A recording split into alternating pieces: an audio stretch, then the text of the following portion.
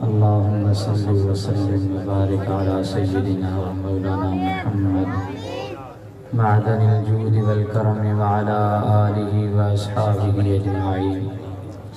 अल्लाहुम्मा रब्बि इश्रह ली सदरी व यस्सिर ली अमरी वहलुल उक़दतम मिन लिसानी यफ़क़हू क़ौली।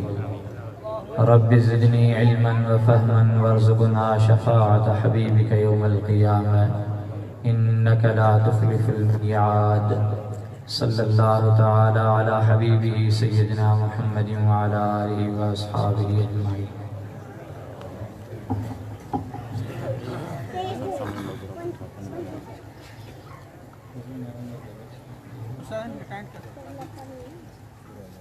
बेटा चुप करके बैठो।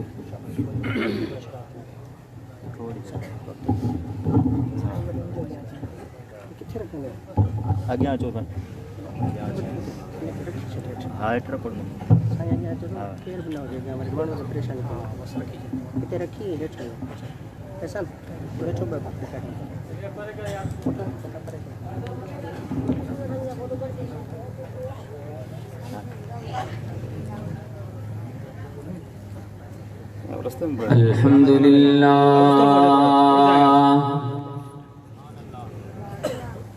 अल्हम्दुलिल्लाह नहमदुहु व नस्तईनुहु व नस्तगफिरुहु व नु'मिनु बिही व नतवक्कलु अलैहि व नऊज़ु बिल्लाहि मिन शुरूरि अनफुसिना व मिन सय्यिआति अअमालिना। मन यहदिहिल्लाहु फला मुदिल्ल लहु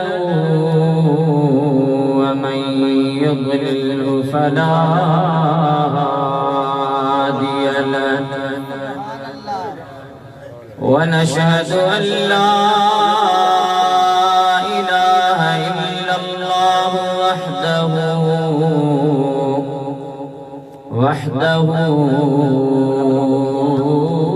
ला शरीक लहु। व नशहदु अन्न सय्यदना व सनदना व मौलाना व महबूबना व महबूब रब्बिना मुहम्मदन अब्दुहु व रसूलुहु। अम्मा बाद फ़क़द क़ाल अल्लाहु तबारक व तआला फ़ी कलामिहिल क़दीम व ख़िताबिहिल अज़ीम। अऊज़ु बिल्लाहि मिनश शैतानिर रजीम। बिस्मिल्लाहिर रहमानिर रहीम।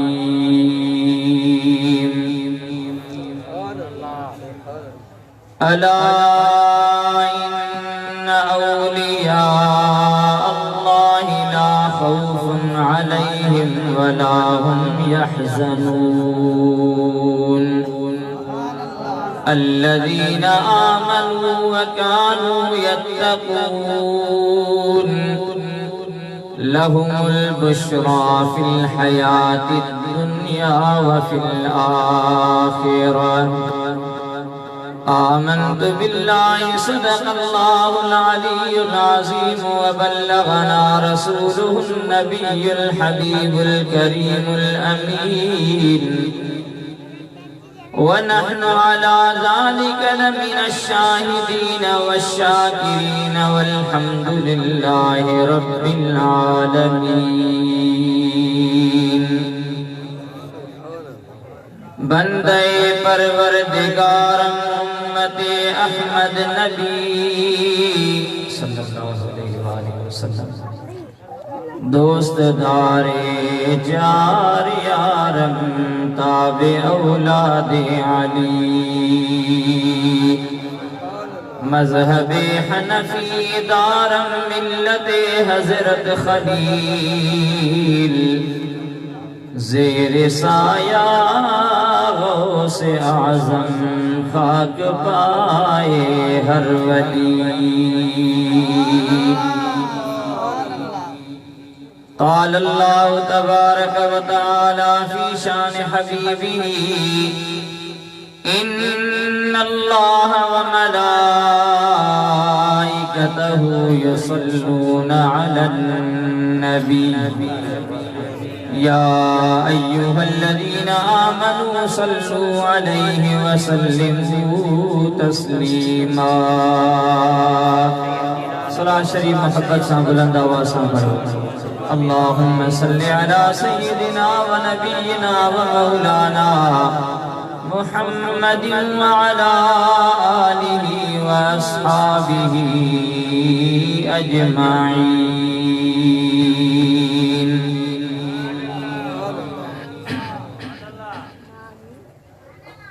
मुझा निहायत ही वाजिबुल एहतराम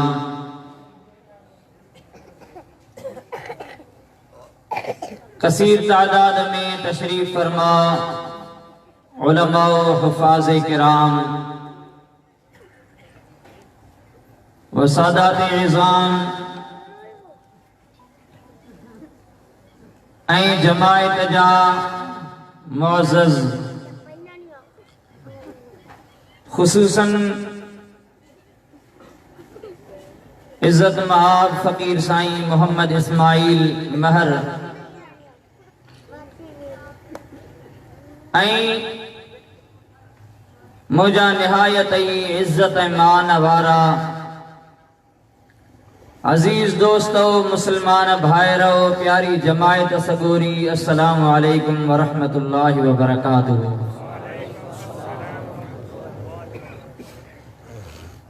अल्लाह तबारक व तआला जे फज़ल ऐं करम सां अल्हम्दुलिल्लाह अज असां हिन अज़ीम शान महफिल मुबारक में हाज़िर आहियूं जेका मुबारक महफिल मुझे महबूब मुर्शिद करीम इमामुल अस्फ़िया वल अत्क़िया सरताजुल औलिया वस्सुलहा मुहिब्बुल उलमा वल फुक़रा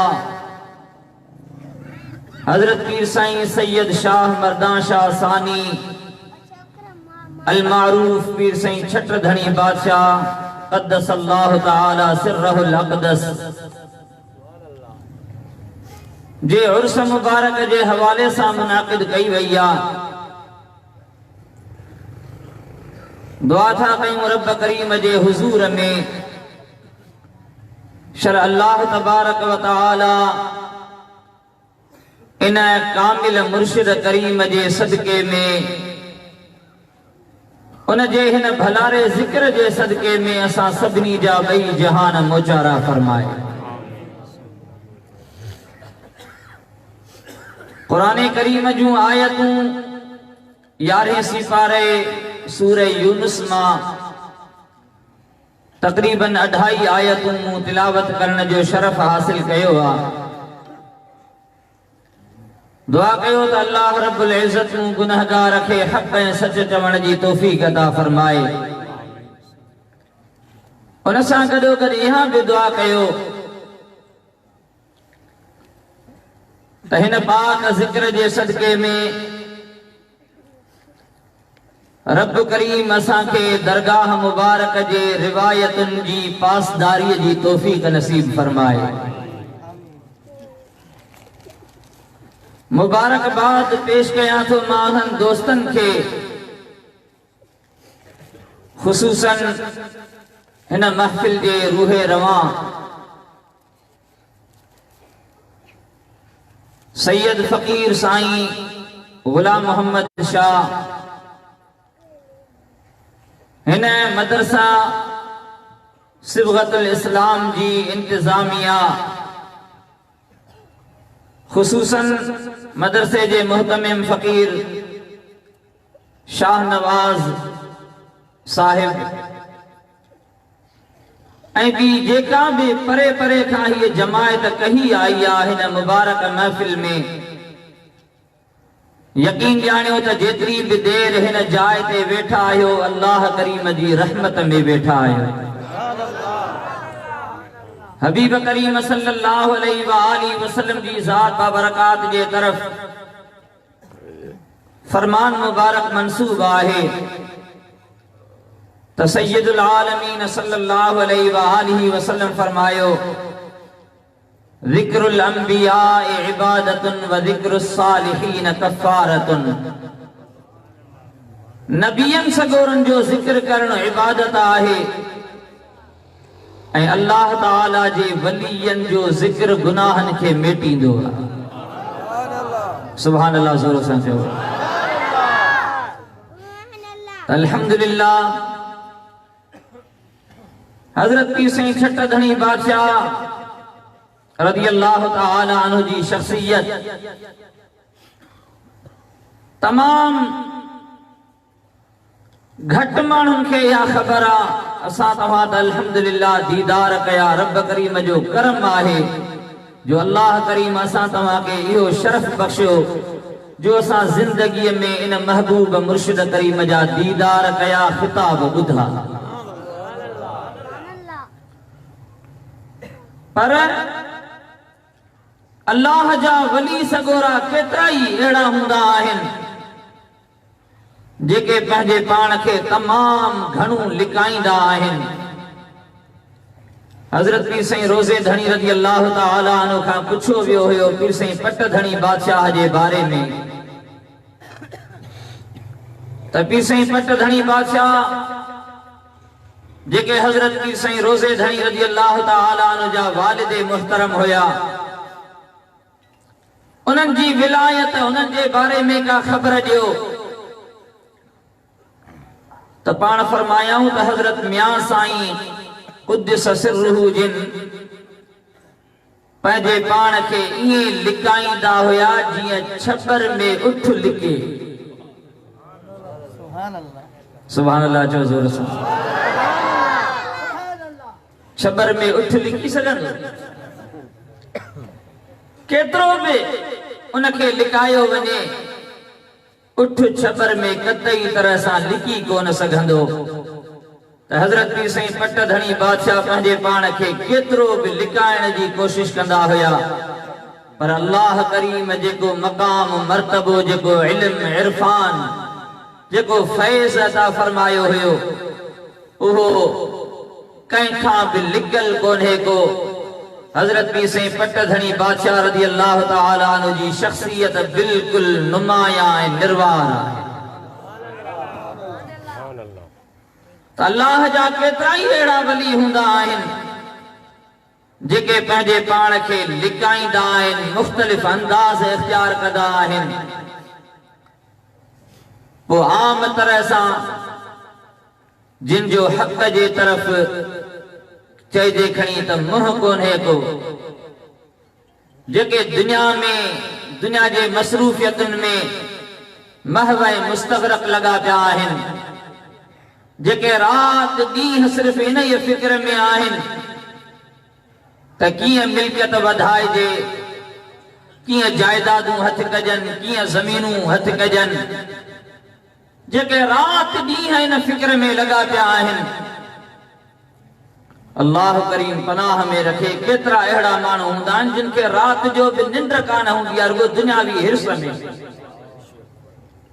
ॾींहं जूं घड़ियूं उन्हनि जूं ग़फ़लत में गुज़रंदियूं आहिनि। सुबुह जो सवेर उथिया, रवाना थिया, ज़मीनुनि ते बि ॿिया कमकार शहरनि जा अलाए छा छा हालतूं हूंदियूं आहिनि। रात ॾींहं इहा ई मसरूफ़ियत आहे।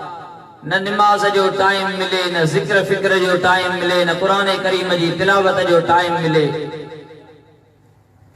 रब करीम जी ज़ात बाबरकात कलाम मुक़द्दस में इरशाद फरमायो, मन अअरद अन ज़िक्री फ़इन्न लहू मईशतन दंका। जंहिं असांजे ज़िक्र खां मुंहुं मोड़ियो उन जी मईशत तंग थी वेंदी आहे। जंहिं मुंहिंजे ज़िक्र खां मुंहुं मोड़ियो उन जी ज़िंदगी तंग थी वेंदी। इन आयत मुबारका जे तफ़सीर में हज़रत सैयदना गौस आज़म रज़ी अल्लाह तआला अन्हु फरमायो आहे त ज़िंदगी तंग उन जी कीअं थींदी। पाण इन जे जवाब में फरमाइनि था ज़िंदगी तंग ईअं थी वेंदी उन जी जो उनखे अल्लाह जे ज़िक्र जे लाइ इबादत जे लाइ टाइम न मिलंदो। अल्लाहु अकबर। हिकिड़े कम मां मस निकिरंदो त अञा ॿियो खफ़ो अॻई को तयारु बीठो हूंदो। मस हिकिड़े फितने मां उन जी जान छुटंदी अञा कान का त वरी ॿिए पासे किथे फाथो पियो हूंदो। जीअं अॼुकल्ह दुनियावी हिर्स ऐं हवस में असांजी हालत आहे त ज़िक्र खां जेको बि मुंहुं मोड़ींदो आहे उन जी हालत इहा ई थींदी आहे त उनखे मस्जिद में हाज़िरीअ जे लाइ टाइम न मिलंदो आहे। ज़िक्र जी कंहिं कचहरीअ में अचण जे लाइ उनखे टाइम न मिलंदो आहे। पर अल्हम्दुलिल्लाह तव्हांखे मुबारक हुजे जो अॼु हिन भलारी ज़िक्र जी महफ़िल में टाइम कढी आया आहियो। यकीन ॼाणियो त हिन में असांजो को किरदार कोन्हे को पर रब करीम राज़ी थियो आहे। अल्लाह करीम घुरियो आहे तॾहिं ही टाइम असांखे मिलियो आहे। सुभान अल्लाह ज़ोर सां चओ। तर्ज़ पे कयमि ज़िंदगी माण्हुनि जी तंग थी वेंदी आहे उनखे ज़िक्र फ़िक्र जे लाइ टाइम कोन मिलंदो आहे। महबूब करीम सल्लल्लाहु अलैहि व आलिहि वसल्लम ऐं उन जे उम्मत जे वलियन गौसन कुतुबन जो ज़िक्र ॾाढो भलारो ज़िक्र आहे। नबी करीम सल्लल्लाहु अलैहि व आलिहि वसल्लम जे ज़िक्र पाक जी कचहरी हुजे या कंहिं वली सगोरे जे ज़िक्र जी कचहरी हुजे टाइम कढी करे उन में हाज़िर थींदा कयो जो इन में गुनाह मेटबा आहिनि ऐं इबादत जो सवाब मिलंदो रहंदो आहे। त आयात मुबारका उहे मूं तिलावत कयूं आहिनि। हज़रत पीर साईं छट धणी बादशाह पंहिंजे पाण खे लिकायो जो दुनिया में जेके मसरूफ़ माण्हू आहिनि उहे उनखे सुञाणे कोन सघिया। पर यकीन ॼाणियो त जेके दुनिया खां मुंहुं मोड़े वेठा आहिनि एतिरो ई दुनिया ज़रूरी आहे। ठीकु आहे दुनिया ज़रूरी आहे पर एतिरी दुनिया जेका अल्लाह जे ज़िक्र खां गाफ़िल न करे। दुनिया सां मुहब्बत एतिरी हुजे जो ज़िक्र फ़िक्र खां माण्हू गाफ़िल न थिए। चल रब करीम पंहिंजे महबूब जे सदके में असां सभिनी खे पंहिंजी मुहब्बत ऐं पंहिंजे हबीब करीम जी मुहब्बत नसीब फरमाए। हाणे सभई मुहब्बत ज़ौक़ शौक़ सां वेठा आहियो। मां चंद ॻाल्हियूं तव्हांजी ख़िदमत में अर्ज़ रखंदुसि। राति ॾींहं जा प्रोग्राम लॻा पिया आहिनि सफ़र पिया आहिनि त इहे थकावटूं सभई मां कोशिशि कंदुसि त मुहब्बत जूं ॻाल्हियूं तव्हांजी ख़िदमत में चंद अर्ज़ रखी सघां। जेकॾहिं को तरन्नुम या कुझु साईं वारनि खे पहिरीं गुज़ारिश कयमि पे ऐं लाउड वारो अल्लाह साईं ख़ुशि रखे सवेर जेको ख़ुतबे में हलियो पियो त हाणे त सफ़ा ढरो करे छॾियो अथसि। कुझु त आवाज़ वधाए महिरबानी करे।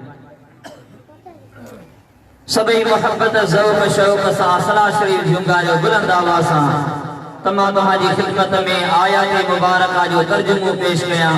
उन खां बाद में जेकी अल्लाह करीम मूंखां चवरायो ख़िदमत में अर्ज़ रखंदुसि। सभई मुहब्बत ज़ौक़ ऐं शौक़ सां झूमी करे हबीब करीम ते सलाह शरीफ़ पढ़ायो। सल्लल्लाहु अलैहि या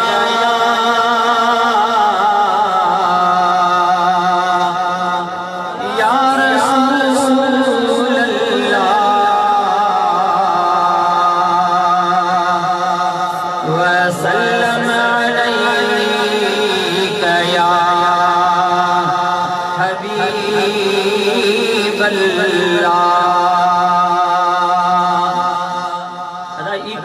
रख आवाज बधा बस मोहब्बत सां पढ़ो सल्लल्लाहु अलैहि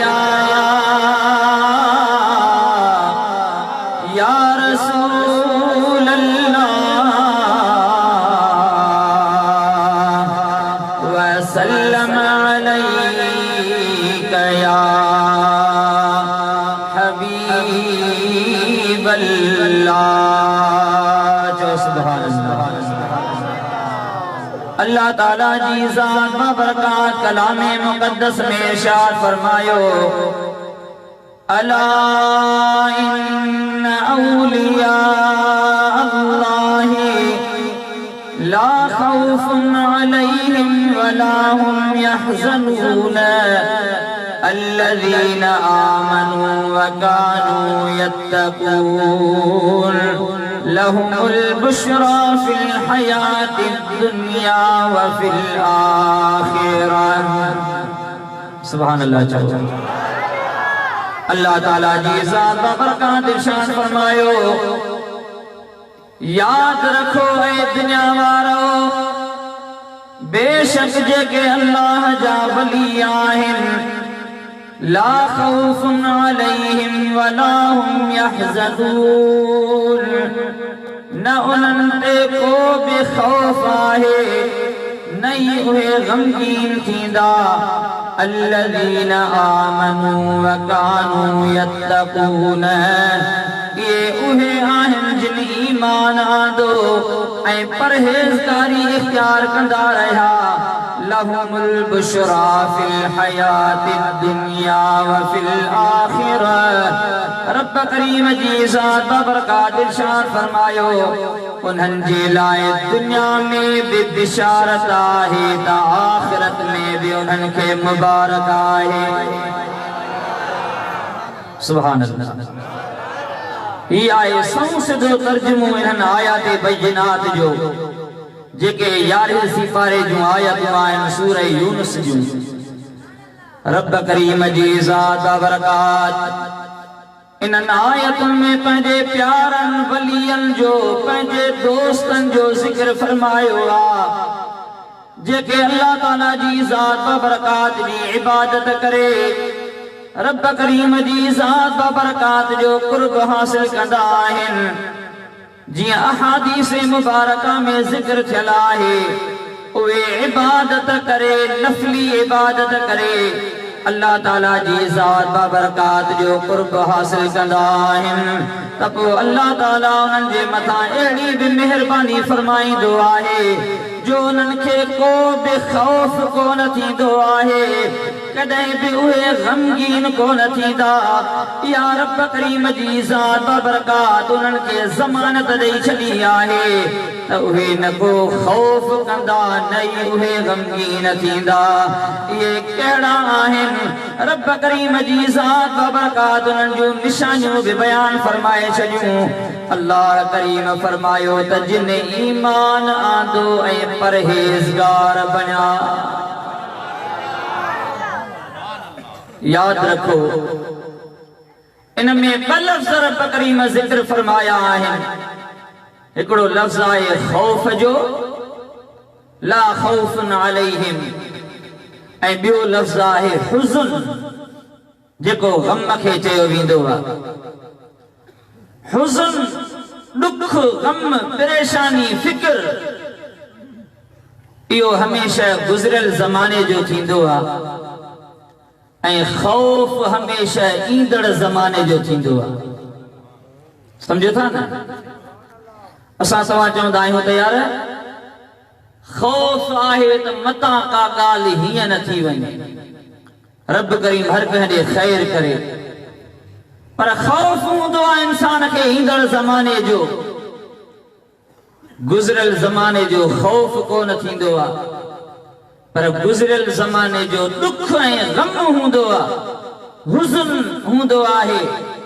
गुज़िरियल ज़माने जे लाइ माण्हू परेशान थींदो आहे त हीअं थी वियो इन जो दुख आहे या न। अल्लाह ताला जी ज़ात बरकात वलियन सगोरन जे लाइ बिल्कुल खौफ जी भी नफी करे छड़ी त हुज़्न जी भी नफी करे छड़ी। रब करीम जी ज़ात बाबरकात ज़मानत ॾेई छॾी आहे, ॼण त सर्टिफिकेट ॾेई छॾियो आहे वलियन सगोरन जे लाइ।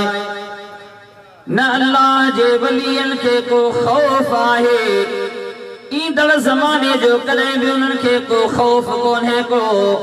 इन जे करे त ईंदड़ ज़माने में जेके बि ॻाल्हियूं थियनि, या त उहे दुनिया जूं हूंदियूं या अॻिते जूं हूंदियूं, क़बर या क़यामत जी का ॻाल्हि हूंदी उन जो ख़ौफ़ हूंदो। असां तव्हां सभिनी खे परेशानी हूंदी आहे, मौत जी तलवार हर कंहिं ते लटकी पई आहे, कंहिं बि टाइम ते मौत अची वेंदो। अल्लाह ॼाणे उन खां बाद में क़बर में छा थींदो, हशर में छा थींदो। इहो ख़ौफ़ हर माण्हू खे फ़िक्रमंद कंदड़ा, हर शख्स जे दामनगीर ख़ौफ़ हूंदो आहे। पर अल्लाह ताला जी ज़ात बाबरकात जा जेके वली आहिनि, उहे रब करीम जी ज़ात बाबरकात सां अहिड़ो त ताल्लुक़ जोड़े छॾींदा आहिनि, अहिड़ो त उहे वास्तो ॻंढे छॾींदा आहिनि। उहे रब करीम जी यादि खां कॾहिं गाफ़िल थींदा ई न आहिनि त अल्लाह तबारक व तआला जॾहिं उन्हनि जे मथां महिरबानी फरमाईंदो आहे, उन क़ुर्ब ऐं वास्ते ॻंढण जे करे रब करीम उन्हनि सां इहो करम फरमाईंदो आहे जो हू जॾहिं सिर्फ़ अल्लाह जी ज़ात खां डिॼंदा आहिनि, पूरी दुनिया जो, दुनिया खां बाद में क़बर जो, क़यामत जो ख़ौफ़ रब करीम उन्हनि खां दूर करे छॾींदो आहे। न उन्हनि खे क़बर जे कंहिं बि ॻाल्हि जी परेशानी हूंदी आहे, ख़ौफ़ हूंदो आहे। न आख़िरत में उन्हनि खे कंहिं ॻाल्हि जो ख़ौफ़ हूंदो, आख़िरत जे लाइ बि उहे फ़िक्रमंद कोन हूंदा आहिनि।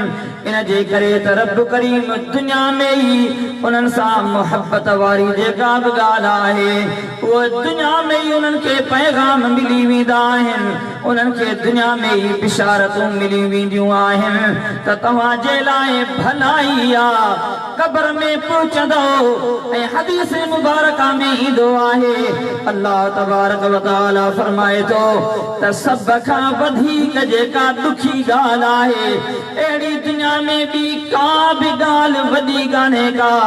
रब करीम जी ज़ात बाबरकात फरमायो, मुंहिंजे लाइ सभिनी खां जेको ॾुखियो फ़ैसिलो करणु आहे, उहो इहो हूंदो आहे जो अल्लाह ताला जी ज़ात बाबरकात जा जेके बि वली आहिनि, उन्हनि खे जॾहिं दुनिया मां आख़िरत ॾे नियणो हूंदो आहे, जॾहिं उन्हनि जो रूह कब्ज़ करणो हूंदो आहे, अल्लाह ताला जी ज़ात बाबरकात फरमायो त उन्हनि खे इन जे मथां राज़ी करण जो उन्हनि खे सभु कुझु दुनिया में ॿुधायो वेंदो आहे, उन खां बाद में उन्हनि जो रूह कब्ज़ कयो वेंदो आहे, उन्हनि खे राज़ी कयो वेंदो आहे त अॻिते तव्हांजे लाइ भलायूं आहिनि।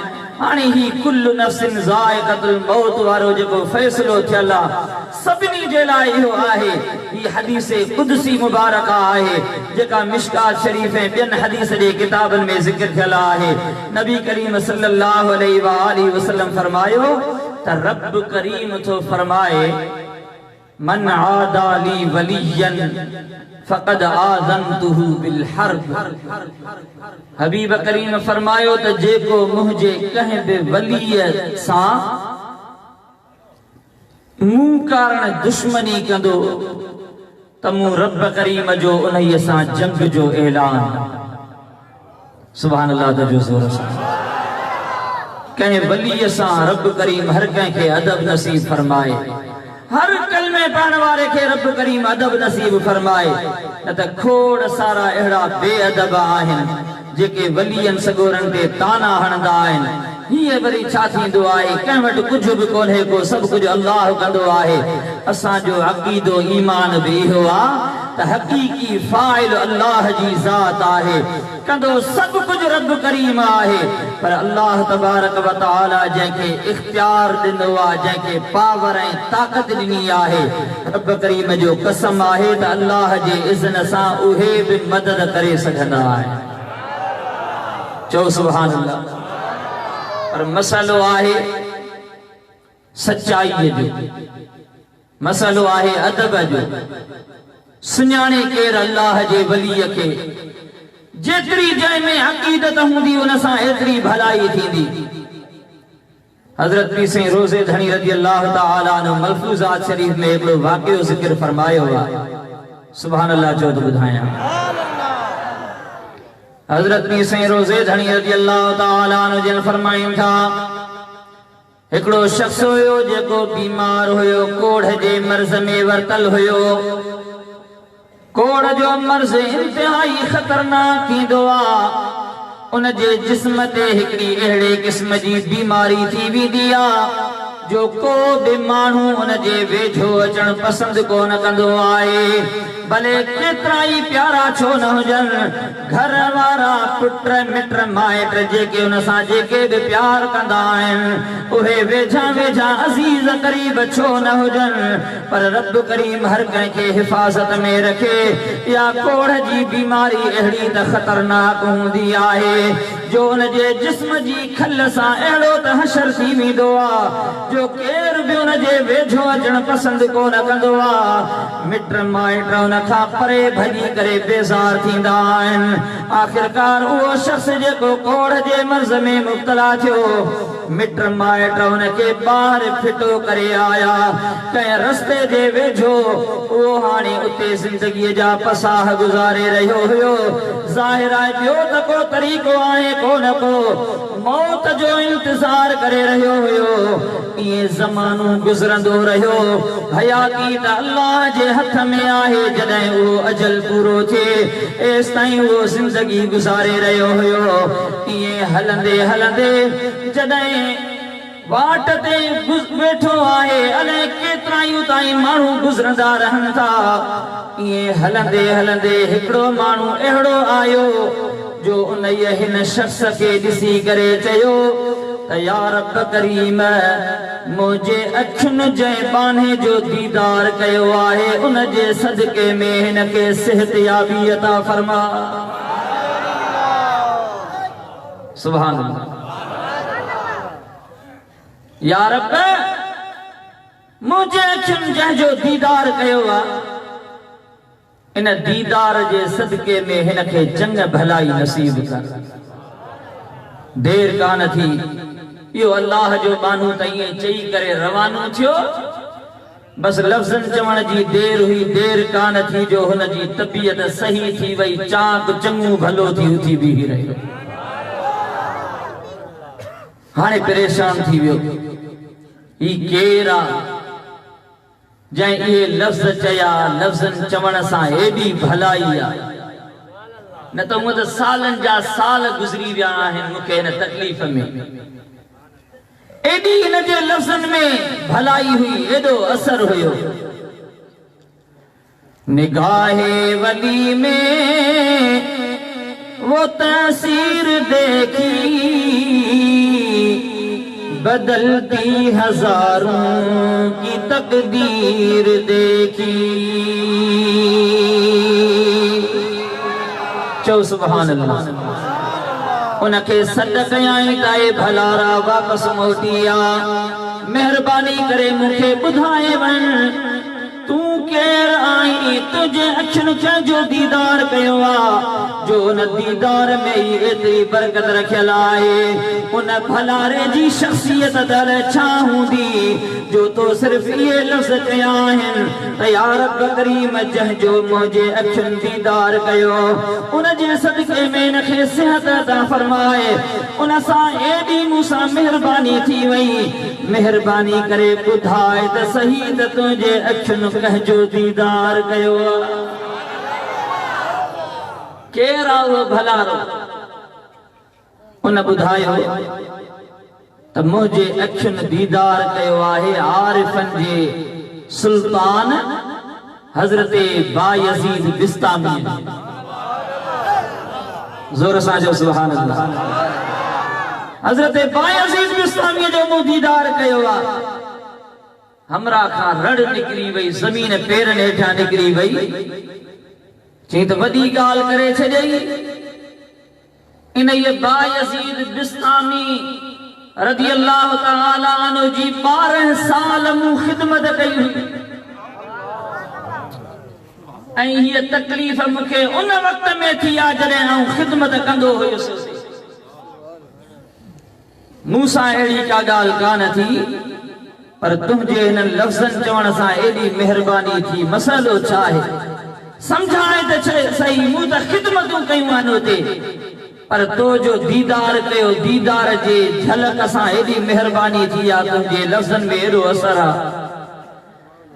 ओ अल्लाह जो माण्हू हुनखे चवे थो त ए वाकई भलारा, ऐं अल्लाह जा बाना बायज़ीद बिस्तामी रज़ी अल्लाह ताला अन्हु जा दीदार तो बि कया, मूं बि कया, तो हुनजी ख़िदमत कई आहे 12 साल, पर तोखे उहो कुझु हासिल कोन थी सघियो जेको मूंखे हिकिड़ी दीदार जे झलक में मिलियो आहे। इन जे करे त हज़रत बायज़ीद बिस्तामी रज़ी अल्लाह ताला अन्हु खे तूं ॿी नज़र सां ॾिसंदो है, मूं ॿी नज़र सां ॾिठो आहे। अल्लाह ताला जी ज़ात बाबरकात जो वली जेको बि आहे, इहे कोन हूंदो आहे त जंहिं बि हुनखे ॾिठो हुन सां भलाई थी वञे। इहे त रसूलुल्लाह सल्लल्लाहु अलैहि वसल्लम जा दीदार अबू जहल बि कया हुया, अबू लहब बि नबी करीम सल्लल्लाहु अलैहि वसल्लम खे ॾिठो हुयो, उतबे शैबे बि ॾिठो हुयो, उमैया बिन खलफ बि रसूलुल्लाह खे ॾिठो हुयो।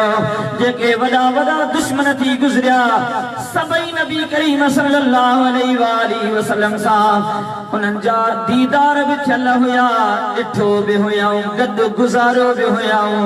मुस्तफ़ा करीम 40 साल नबूवत जे ऐलान खां अॻु मके में गुज़ारिया, उन्हनि जे विच में रही करे गुज़ारिया आहिनि, ऐं नबी करीम नबूवत जे ऐलान खां बाद में 13 साल पूरा मके में गुज़ारिया आहिनि। त अबू जहल कोन ॾिठो, अबू लहब बि ॾिठो हुयो, इन ये चेहरे जो दुश्मननि बि दीदार कयो हुयो, पर उन्हनि जो हशर बि ॾिठो तव्हां। ऐं अबू बकर सिद्दीक़ बि दीदार कयो, सुभान अल्लाह ज़ोर सां चओ। हज़रत फारूक आज़म बि दीदार कयो, हज़रत उस्मान गनी सैयदना हैदर करार बि दीदार कया। एॾी उन्हनि सां महिरबानी थी जो रब करीम जो कसम आहे त रहंदी दुनिया ताईं उम्मत उन्हनि जे अज़मत खे सलाम कंदी आहे। हबीब करीम सल्लल्लाहु अलैहि वसल्लम जा प्यारा उम्मती आओ, इन जे करे हिकड़नि माण्हुनि इश्क इस्तेमाल कयो, ॿियनि अकुल खां कम वरतो। समझो था, इंसान जो जेको अकुल आहे न, वो नाक़िस आहे। इहे केर बि न समझे त भई इहा ॻाल्हि मूंखे सम्झ में कान थी अचे त हीअं थियो त इहो कीअं थियो। अॼुकल्ह जा जेके यूनिवर्सिटियुनि जा पढ़ियल पुट आहिनि न, जेके हर ॻाल्हि अकुल ते चवंदा आहिनि, इहा ॻाल्हि मञण में कान थी अचे, इहा अकुल में कान थी अचे। अकुल इस्तेमाल करण वारा जेके अबुल हिकम सॾबा हुया, ऐसे अबू जहल बणजी अबू जहल जो तव्हांखे ॿुधल हूंदो त एॾो त अकुलमंद हूंदो हुयो, एॾो त गौर ऐं फिक्र जो माहिर हुयो, जो उनखे अबुल हिकम चयो वेंदो हुयो, यानी ॾाहक जो उनखे अबो सॼो वेंदो हुयो।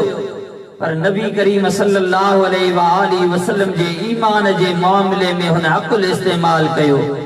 ईअं कीअं थो थी सघे, रातों की रात में हितां महीनों सफ़र करे वञे बैतुल मुक़द्दस ताईं, ऐं उतां ई वरी 7 आसमाननि जो रातों की रात में सैर सफ़र करे वञे। अञा चवे थो त 7 आसमाननि खां मथे सिदरतुल मुंतहा उला फौकल उला ताईं रब करीम जा दीदार करे आयो आहियां, अर्श घुमी आयो आहियां। वरी रातों की रात में वरी वापस मक्के में भी पहुंची वियो। चई त इहा ॻाल्हि अकुल में कान थी अचे, पर रब करीम जी इज्जत जो कसम आहे, जॾहिं इहा साॻी ॻाल्हि अबू बकर सिद्दीक़ खे रस्ते ते माण्हुनि ॿुधाई। सुभान अल्लाह ज़ोर सां चओ। चई त ॿियूं ॻाल्हियूं अॻु में त थियूं पर अॼु तुआरो यार वरी नई ॻाल्हि थो हिकिड़ी करे चवे थो त मां रातो की रात में अर्श तां घुमी फिरी रब जा दीदार करे मोटी आयो आहियां। हज़रत अबू बकर सिद्दीक़ सिर्फ़ एतिरो पुछो त वाकई इहा ॻाल्हि रसूलुल्लाह चई आहे? जेकॾहिं उन ज़बान मुबारक मां इहे लफ़्ज़ निकिता आहिनि त अल्लाह जो कसम आहे त इहो सच आहे। सुभान अल्लाह ज़ोर सां चओ। उन अकुल इस्तेमाल कोन कयो। अॼुकल्ह सोशल मीडिया जो ज़मानो आहे। असांजा जमायत जा बि नौजवान ॿार नऊं नस्ल जेको बि आहे साइंसी तरीक़नि जे पुठियां हली करे देर कोन कंदो आहे। चवंदा आहिनि त भई हीअ ॻाल्हि पीरी मुरीदीअ वारी ॻाल्हि इहा अकुल खां मथे आहे, सम्झ में कान थी अचे। ईअं करे इन्हनि जे पुठियां सदाई हली हली करे इहो कहिड़ो तरीक़ो आहे? अकुल हमेशह नाक़िस आहे पर का जाइ अहिड़ी आहे जिते अकुल कोन आज़माइबो आहे, उते सिर्फ़ इश्क ते हलबो आहे। सुभान अल्लाह जो मोहब्बत सां नबी करीम सल्लल्लाहु अलैहि वसल्लम जा प्यारा उम्मती आओ याद रखो कंहिं बि नबी सगोरे जो जेकॾहिं मौजिज़ो हुजे, मौजिज़ो चइबो ई उनखे आहे जेको अकुल खे आजिज़ कंदड़ हुजे। रातों की रात में वनी करे घुमी सैर सफर करे मोटी अचण इहो वॾे में वॾो मौजिज़ो आहे। पहिरों नंबर जेको मौजिज़ो आहे रब करीम जो हो क़ुरान करीम आहे, जेको हबीब करीम जो मौजिज़ो आहे, जेको रब करीम मुस्तफ़ा करीम ते कलाम पाक नाज़िल फरमायो। सब खां वॾे में वॾो मौजिज़ो मुस्तफ़ा करीम जो इहो क़ुरान करीम आहे। ॿिए नंबर ते जेको मौजिज़ो आहे हबीब करीम जो उहो मेराज आहे मुस्तफ़ा करीम जो। याद रखो मौजिज़ो हमेशह अकुल खे आजिज़ कंदड़ हूंदो आहे, अकुल हमेशह नाक़िस हूंदो आहे। केर बि ईअं कोन थो चई सघे त मुंहिंजो अकुल कामिल आहे। तव्हां पाण ख़ुदि अंदाज़ो लॻाए सघो था असांजो अकुल जेको आहे सो आस्ते आस्ते फ़ैसिला कंदो आहे। जेकॾहिं अॼु खां 5 साल अॻु में तव्हां पाण को फ़ैसिलो कयो हूंदो, अॼु जॾहिं तव्हांजे अकुल तरक़ी कई आहे तॾहिं तव्हां पंहिंजे फ़ैसिले खे पाण ग़लति चयो हूंदो। तव्हां सम्झी वेंदो वाकई हीअ ॻाल्हि जेका मूं कई हुई सा सही कान हुई। इन जे करे जो तूं ख़ुदि पंहिंजे अकुल खे ग़लति चई रहियो आहीं। अॼु खां 10 साल जेके अॻु में तूं फ़ैसिला कया अॼु उन्हनि खे तूं पाण ग़लति चई रहियो आहीं। अकुल हमेशह कामिल कोन हूंदो आहे। अकुल जेको हूंदो आहे सो रस्ते जे लाइ रुगो रोशनी हूंदी आहे, मंज़िल कॾहिं बि कान्हे का। मंज़िल उहा इश्क आहे जिते बिना सोच वीचार जे इश्क खां कमु वठणो पवंदो आहे। ई मुर्शिद ऐं मुरीद वारो जेको ताल्लुक़ आहे उन जाइ ते बि अकुल कोन हलाइबो आहे, सिर्फ़ इश्क ते आमन्ना सदक़ना करे क़बूल करणो पवंदो आहे। हज़रत पीर साईं छठ धणी बादशाह रज़ी अल्लाह ताला अन्हु जन फरमाईंदा हुया बाबा तव्हांजी बहितरीअ जे लाइ जेके बि दरगाह मुबारक तां हुक्म अचनि था तिन ते बग़ैर सोच सम्झ जे अमल कयो। आहे तव्हां उन ते गौर फिक्र न कयो, बग़ैर सोच वीचार जे तव्हां उन ते अमल कयो। इन जे करे त जेके दरगाह मुबारक तां जमायत जे लाइ हुक्म ईंदा आहिनि से सोचियल सम्झल हूंदा आहिनि, उन्हनि ते फिक्र थियल हूंदो आहे। तव्हां उन्हनि ते पंहिंजो मथो न खपायो, तव्हां बसि जेका बि ॻाल्हि मुर्शिद जे तरफ़ां पुहती आहे उन ते अमल कयो। ऐं उन जो फ़ाइदो केतिरो थियो? मोहतरम अज़ीज़ ज़फ़र आज़ाद मुझे उस्ताद क़िबला साईं मुफ्ती मोहम्मद इस्माइल सिकंदरी साहिब उन चंद ॾींहं उन सां ॻाल्हायो त अज़ीज़ ज़फ़र आज़ाद साहिब चयो त हज़रत पीर साईं छठ धणी बादशाह सिर्फ हिन जमायत जे लाइ सरमायो कोन हुया पर पूरी मिल्लत इस्लामिया जो सरमायो। नारो लगायो तो गजी करे विलायत जो पीछे छट धणी बादशाह पूरी इस्लामी मिल्लत जे लाइ सोचींदा हुया। ऐं हमेशा याद रखो पीछे छट धणी बादशाह अहले सुन्नत व जमायत जी उहा त खिदमत कई आ जो अकुल हैरान। कदे भी पुछो वींदो हुयो तो जमायत जमियत उलमाए इस्लाम फिलाना ये प्रोग्राम करण चाहिन था, तव्हां के दावत ॾियण चाहिन त तव्हां वींदो? तव्हां खे ख़बर आहे त उहे केर आहिनि? पीसे छट धणी बादशाह फरमाईंदा हुया त मां त पंहिंजे नंढे भाउ मियां शाह अहमद नूरानी जी दावत ते वेंदुसि। सुभान अल्लाह जो ज़ोर सां। ऐं उन ॾे दावत मुंहिंजी रहियल बि आहे, मां मानी उन वटि खाईंदुसि। हज़रत शाह अहमद नूरानी अलैहि रहमह वॾो ज़बरदस्त आलिम ऐं वॾियूं ख़िदमतूं आहिनि अहले सुन्नत व जमायत जे लाइ उन जूं, पर पीर साईं जिन हमेशा जबरदस्त किस्म जी उन जी सपोर्ट कंदा हुया। हज़रत पीर साईं छट धणी बादशाह रज़ी अल्लाह ताला अन्हु हिन जमायत खे उहे त दुआऊं ॾिनियूं, उहे त महिरबानियूं कयूं जमायत सां। उन अज़ीज़ ज़फ़र आज़ाद चयो त जमायत जंहिं हाल में 1952 में हुई उन टाइम ते कहिड़ी जमायत जी हालत हुई, उन टाइम खां अॼु ताईं जंहिं हाल में जमायत पहुती आहे इहे सऊदी कोन पहुचे हा। 500 साल इन के सफ़र में लगन हा।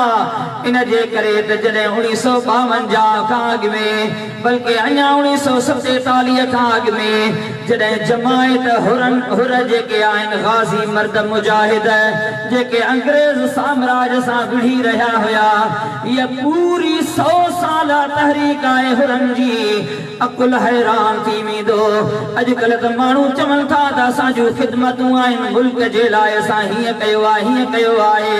चवंदा आहिनि त ही मुल्क असांजे पीउ जी मिल्कियत आहे, वेठा खाऊं खपायूं जीअं बि कयूं, इहे खोड़ सारा चवंदड़ हूंदा आहिनि। पर यादि रखो जॾहिं अंग्रेज़ साम्राज 1843 में हिन धरतीअ ते जॾहिं जाबिराना क़ाबिज़ थियो आहे, जॾहिं उन पंहिंजो तसल्लुत हिन जाइ ते रखियो, हज़रत पीर साईं बंगले धणी रज़ी अल्लाह ताला अन्हु जे ज़माने मुबारक में उन टाइम ते जॾहिं हिन धरतीअ ते अंग्रेज़ क़ाबिज़ थियो आहे, उन ज़माने खां वठी करे पूरो 100 साल गुज़री वियो आहे। 1943 ताईं जेसि ताईं पीर साईं सूर्य बादशाह खे शहीद कयो वियो आहे, तेसि ताईं हीअ जमायत विढ़ंदी रही आहे, हमेशा कुर्बानियूं ॾींदी रही आहे।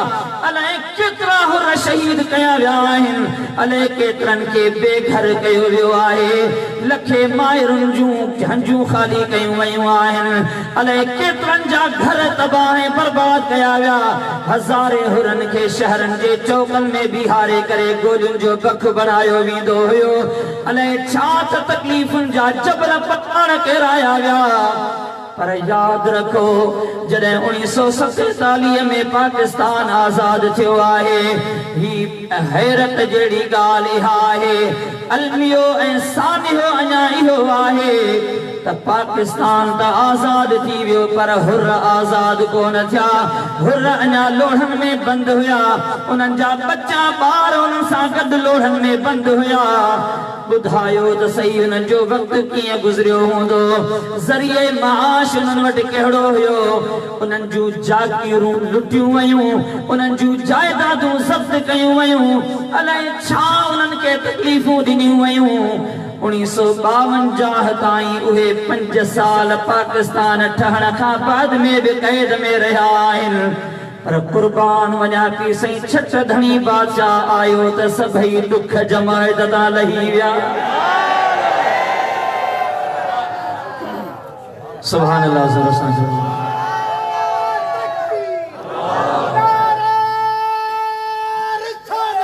या रसूल अल्लाह या अलीयुल मुर्तज़ा इन जमायत जे मथा जेके हजरत मुर्शिद छट धणी बादशाह जा एहसान आहिन त इंशाअल्लाह हीअ रहंदी दुनिया ताईं हीअ जमायत विसारे कोन सघंदी रहंदी दुनिया ताईं हीअ जमायत छा पर जीअं जीअं दुनिया अखियूं पटींदी उनखे ख़बर पवंदी त हजरत पीर साईं छट धणी बादशाह जी शख्सियत केॾे मर्तबे वारी पीर साईं छट धणी बादशाह जिन आया कया आशिक फरमायो जॾहिं जानिब पाण आयो ॾऊं विलायत वाहरू अचण सां एहसान थिया सारी उम्मत थी सुरखरू ज़ोर सां जो सुभान अल्लाह जॾहिं जानिब पाण आयो ॾऊं विलायत वाहरू अचण सां एहसान थिया सारी उम्मत थी सुरखरू जा बजा जिन्नो मलक थिया सब सलामी रूबरू सिज सबाहत सूह सरवर पीर साईं पगदार शाह मर्दा शेर यज़दा कुव्वते परवरदिगार ला फता इल्ला अली ला सैफ इल्ला ज़ुल्फ़िकार जोर सां जो सुभान अल्लाह मरहबा सैयद सुहारा सुभान अल्लाह मरहबा सैयद सुहारा गुमराहन जा राहबर आसियन ऐ बेकसन जा भर झलावार सवाहुर अल्लाह तो जाने जोर से नारा लगाए हजरत पीर साईं छट धणी बादशाह जॾहिं न जमायत के रब करीम वरी इहो महबूब मुर्शिद मोटाए ॾिनो छो त पीर साईं सूर्य बादशाह खे अंग्रेज़नि शहीद कयो ऐं साहिब ज़ादन खे जलावतन करे छॾियऊं खणी विया ओॾे पंहिंजे मुल्क ॾे पोइ केतिरो ई ज़मानो तक़रीबन 9 सालनि जो इहो अरसो साहिबजादा ॿाहिर हुया उन्हनि जी तालीम में उन्हनि जी कस्टडीअ में हुया पोइ जॾहिं पीर साईं छट धणी बादशाह जिन वापसि मोटी आया इहो ज़मानो उहो ज़मानो हुयो जो अंग्रेज़नि दरगाह मुबारक ते बमबारी करे डायनामेट ज़रिए सब कुछ मिसमार करे छॾियो इस ताईं जो जॾहिं पीर साईं जिन मोटी आया तो उन वक्त में खीमू लगल हो तंबूअ में अची करे पीर साईं जिन रहिया हुया अल्लाह अकबर इहो ज़मानो बि ॾिसो पागारो इमाम जॾहिं पंहिंजी गादीअ ते मसनद नशीन थियो आहे तो उन वक्त में दरगाह मुबारक ते रहाइश आहे त तंबूअ में इहो ॾुखियो ज़मानो पर पाण जॾहिं न वापसि आया उहे माण्हू जेके हितां जा माण्हू हुया जेके सिंध जा माण्हू हुया अॼु असांखे हुरनि खे तानो ॾिनो वेंदो आहे त तई सिंधी कोन आयो छा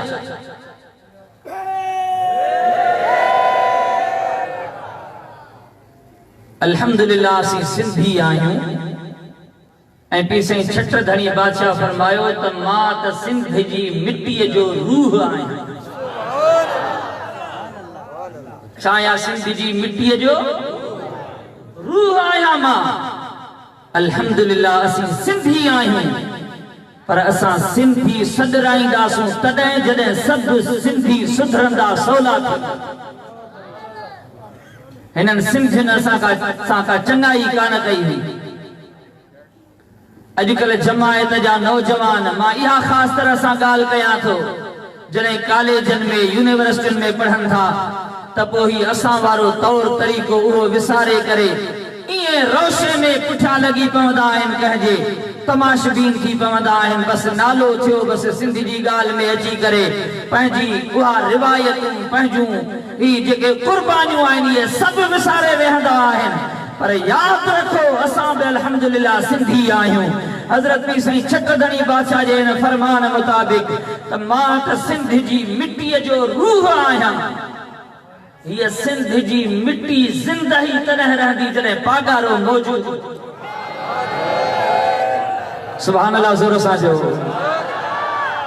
इहो सिर्फ़ पाण ई पीर साईं छकधणी बादशाह न पर हर ज़माने जे पागारे जी तो मां ॻाल्हि कयां त हीअ धरती ऐं पागारो ॿई हिक ॿिए सां लाज़िम मलज़ूम आहिनि इंशा अल्लाहुल अज़ीज़ अॼुकल्ह बि थोरो ई के मुहाजिर करे बिगड़ंदा आहिनि के ॻाल्हियूं कंदा आहिनि हेॾां होॾां पोइ वरी असांजा इहे रुॻो फेसबुकी जेके शौक़ीन आहिनि फेसबुक ते के जिहाद थींदा आहिनि रुॻो ॾाड़ू हणणियूं आहिनि ॿियो छा आहे पर ख़ुदा जो कसम आहे के तारीख़ पढ़ी ॾिसे त हिननि हुरनि जी पढ़ी ॾिसे फेसबुक ते ॻाल्हियूं करण सां धरतीअ सां मोहब्बत जो सबूत कोन मिलंदो आहे पर अॼु बि यादि रखो ख़ुदा न करे कॾहिं बि मुल्क जे मथां ॾुखियो ॾींहुं आयो त केर बि इहे जेके बयान ॾियण वारा जेके पंहिंजे पाण खे मुल्क जा वाली था सम्झनि चवनि था त ही मुल्क असांजे पीउ जी मिल्कियत आहे कॾहिं न को इंडिया मां को बयान अची वञे त पोइ हिननि ते ॼण त कुकड़ ते माक पइजी वञे पर पोइ ही हुर आहिनि न कंहिंखां पुछंदा आहिनि न कंहिं ॾे ॾिसंदा आहिनि हुर हज़ारनि जे तादाद में बॉर्डर ते पहुची वेंदा आहिनि नारो लॻायो विलायत जो ज़ोर सां त क़ुर्बानी इहा आहे ख़िदमत सिंध जी आहे त इहा आहे फेसबुक ते ॾाड़ू हणण सां कुझु बि कोन थींदो आहे मता जो त असां वॾा फाड़ा मारे छॾिया नारो लगायो तो गर्जी करे लगायो जोर सां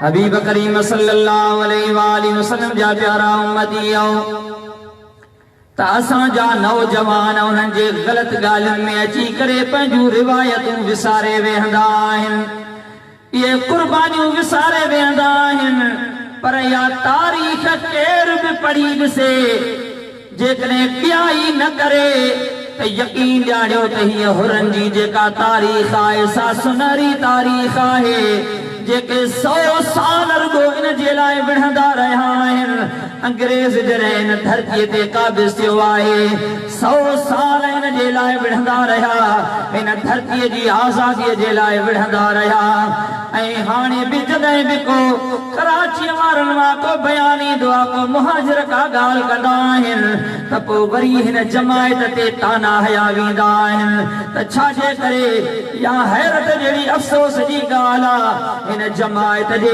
इमाम पागारे जे लाइ ॻाल्हियूं कयूं वेंदियूं आहिनि त इहे छो नथा सिंध जी अॻवानी कनि मां अॼु बि हिननि जे आॾो वाज़े करे थो छॾियां तव्हांजे इन्हनि फड़कियुनि मां फूकुनि मां कुझु बि कोन थींदो तव्हां वरी बि थोरी का ॻाल्हि थी त भॼी वेंदो हिन धरतीअ जे लाइ क़ुर्बानियूं असां ई ॾिनियूं आहिनि हिन जी हिफ़ाज़त में मुजाहिद ई कंदा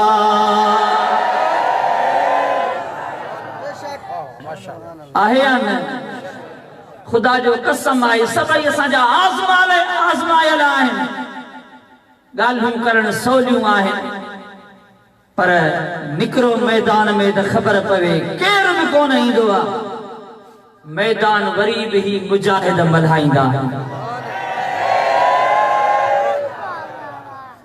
आज़माया अथई ज़माना मुझे पुन्हल जा परवाना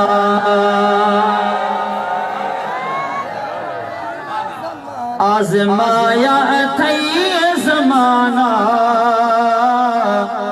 मुझे पुन्हल जा परवाना भेज भेज करे वॾो हेज करे भेज करे वॾो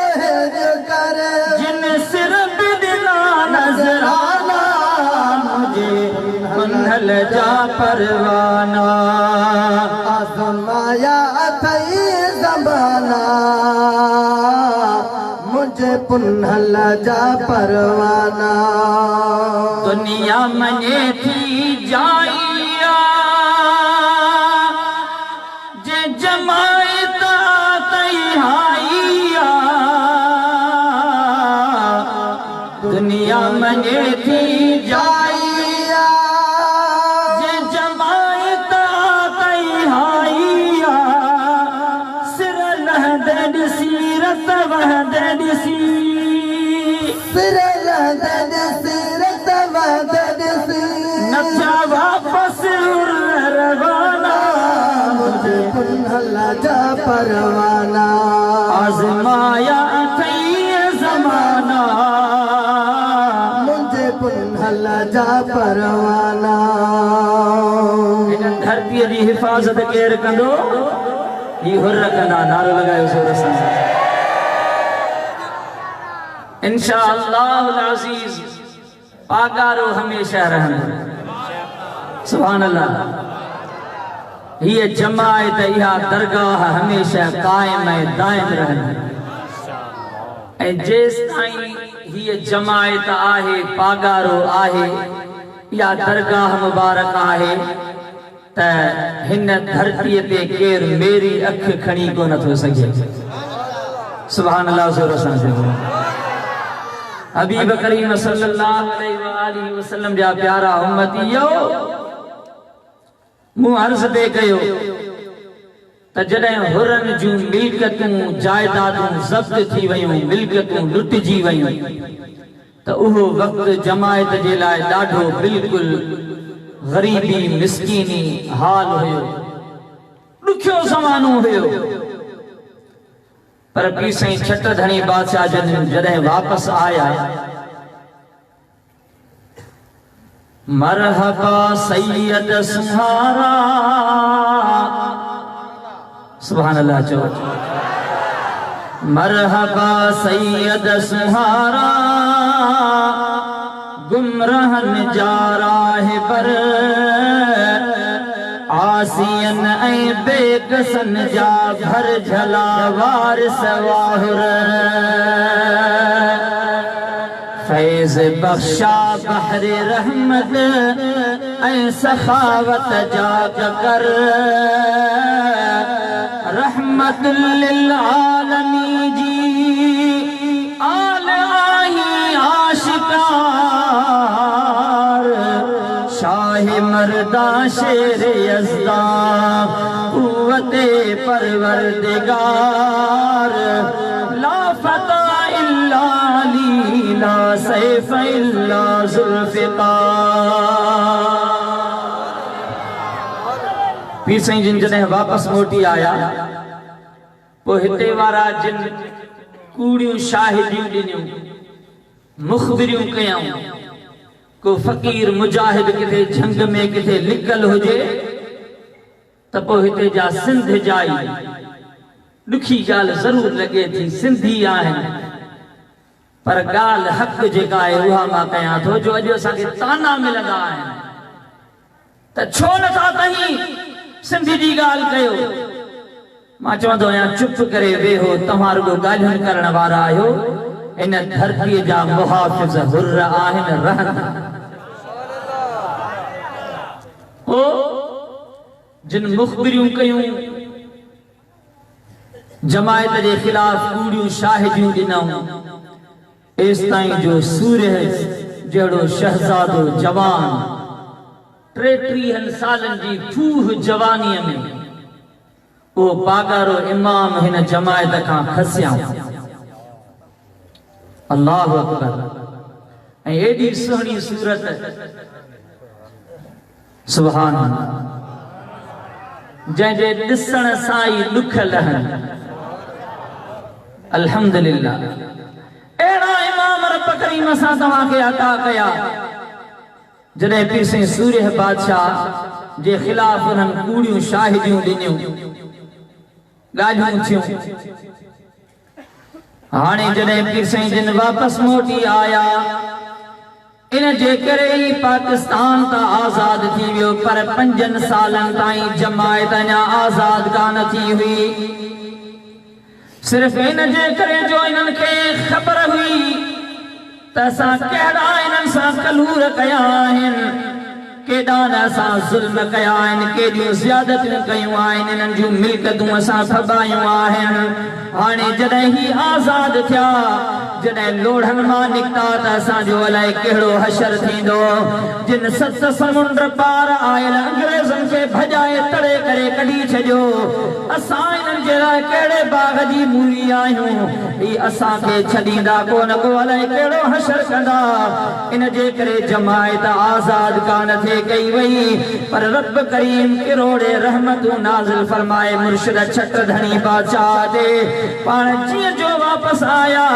अल्लाह करीम मेहरबानी फरमाई जो शहजादा वरी जमायत दे मोटी मिला है। सुभान अल्लाह ज़ोर से हाजी गुलाम नबी महसर ॾाढी ते सुहिणी ॻाल्हि कई आहे। सुभान अल्लाह जो ॿुधायां, अल्लाह करीम उन जे मज़ार ते किरोड़े रहमतूं नाज़िल फरमाए। यकीन ॼाणियो त हाजी साहब हिन जमायत खे बि वॾा तोहफ़ा ॾेई, हिक हिक सिटर उन जी सोल जे अखरनि में लिखण जहिड़ी आहे। ज़ोर सां जो सुभान अल्लाह। चवे तो शाल फर्ज़ंद अर्जुमंद अव्हां जा जमायत सां जुड़िया, शाल फर्ज़ंद अर्जुमंद अव्हां जा जमायत सां जुड़िया। जिन जे सदके ही खुदा है, जिन जे सदके ही खुदा बख्शे दुनिया बारगाह सूर्यन का, जोर सूर्य है मुझा सूर्य है बादशाह।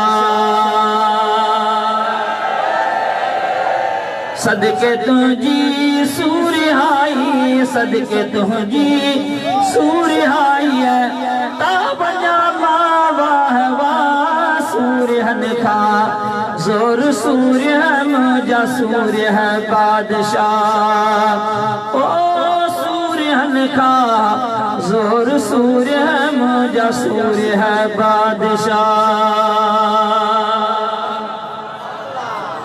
जिए पोतीअ वियो ज़ोर थींदो, सिंध ते ज़ुल्म सितम, जिए पोतीअ वियो ज़ोर थींदो, सिंध ते ज़ुल्म सितम। थी बबर नर शेर बख्शव, थी बबर नर शेर बख्शव, बेपनाहन के पनाह सूर्यन का, जोर सूर्य है मुझा सूर्य है बादशाह। ओ सूर्यन का जोर सूर्य है मुझा सूर्य है बादशाह। अञा ॿुधंदो नारो लगायो जोर सां विलायत। सुभान अल्लाह।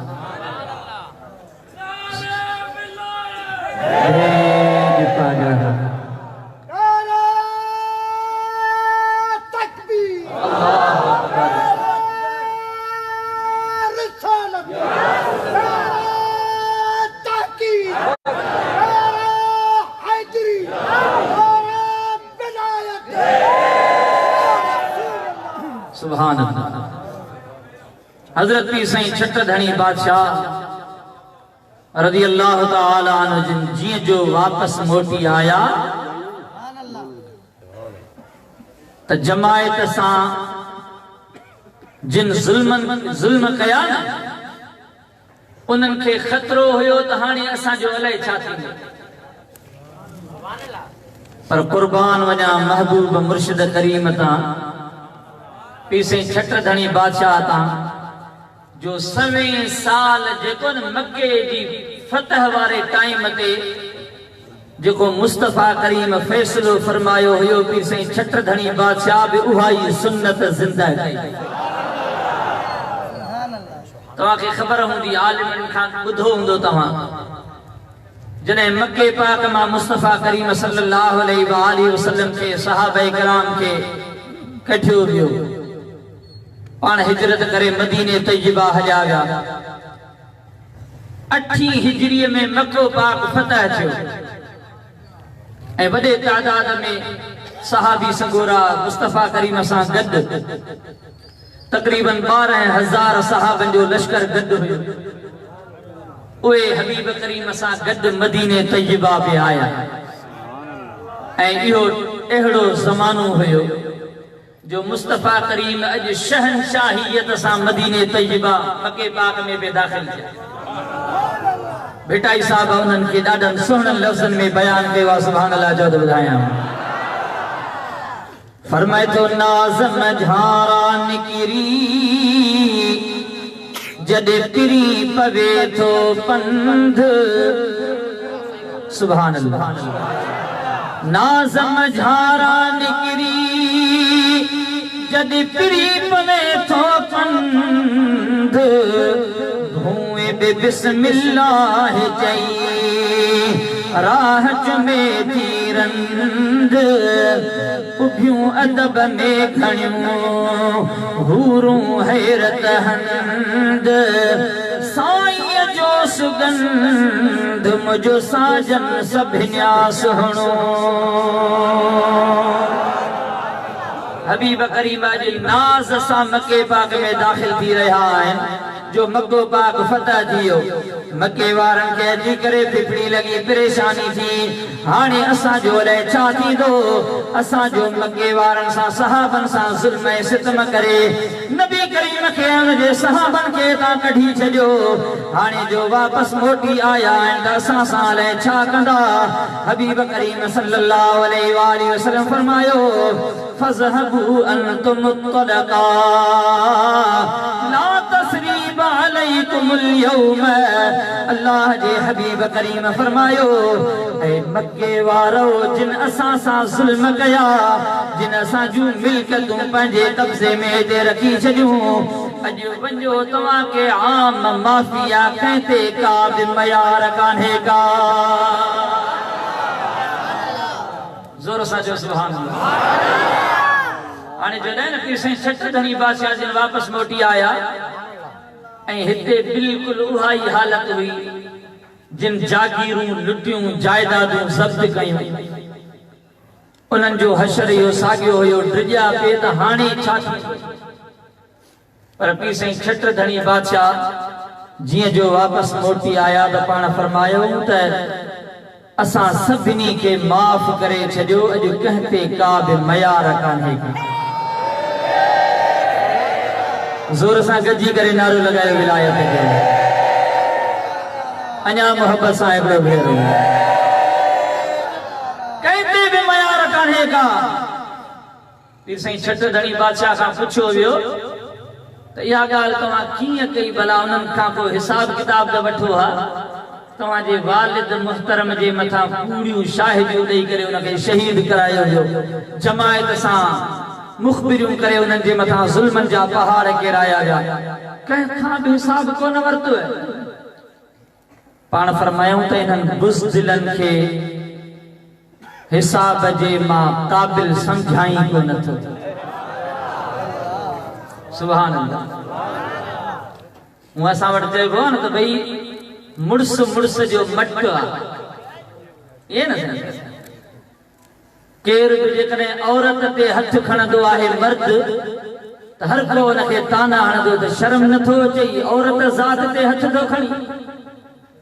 कंहिं मुड़स माण्हूअ सां गॾु त ख़बर पवे। कमज़ोर जिन्स आहे औरत। औरत ते हथ खणण मर्द जो शान कोन्हे। कमज़ोर जेका जिन्स आहे कमज़ोर उन सां थो विढ़ी मुड़स माण्हूअ सां गॾु त ख़बर पवे। औरत ते हथ खणण मर्द जो शान कोन्हे को। असां वटि त वरी हालत ई ॿी आहे उहा हर कंहिंखे ख़बर आहे। अल्लाह करीम रहम करे छल पंहिंजे हबीब जे सदके में। अॼुकल्ह ॾिसूं था सोशल मीडिया ते हालत ॾिसूं था। औरतूं वेचारियूं उन्हनि खे डंडा खणी करे जो माण्हू वठंदा आहिनि त उन्हनि जो बुरो हाल कयो छॾी। यादि रखो रसूलुल्लाह सल्लल्लाहु अलैहि वसल्लम जिन हज्जतुल वदा जेको पूरी जिंदगी मुबारक ऐं नबूवत जी इन पूरी तालीम जो निचूड़ जंहिं खुतबे खे चयो वेंदो आहे। सुभान अल्लाह। उन खुतबे मुबारक में हबीब करीम फरमायो त मां तव्हांखे औरतुनि जे लाइ नरमीअ जी वसीयत थो कयो वञे। सुभान अल्लाह, ज़ोर सां चओ। औरतुनि जे बारे में खुदा खां डिॼो। हबीब करीम वसीयत कई आहे। अल्लाह जे हबीब करीम जा प्यारा उम्मती आओ तमु अर्ज़ पे कयो त मुड़स मुड़स जो मट हूंदो आहे। जेकॾहिं कंहिंजे मुक़ाबले में को घटि ज़ात वारो हुजे उन ते हथ खणण मुड़स जो शान कोन्हे को।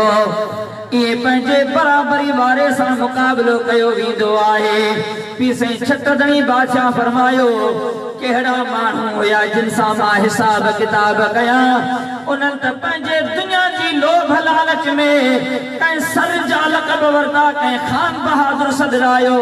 इन्हनि लक़बनि ऐं लालचनि में अची करे जिन पंहिंजी धरतीअ सां दगाबाज़ी कई, इन धरतीअ जा जेके मुजाहिद विढ़ंदड़ हुया उन्हनि खे तकलीफ़ूं ॾिनाऊं, अलाए छा उन्हनि सां ज़ुल्म कयाऊं। ॿुधायो त जिन खे एतिरी बि सम्झ कान हुई उन्हनि सां पलान कहिड़ा कजनि।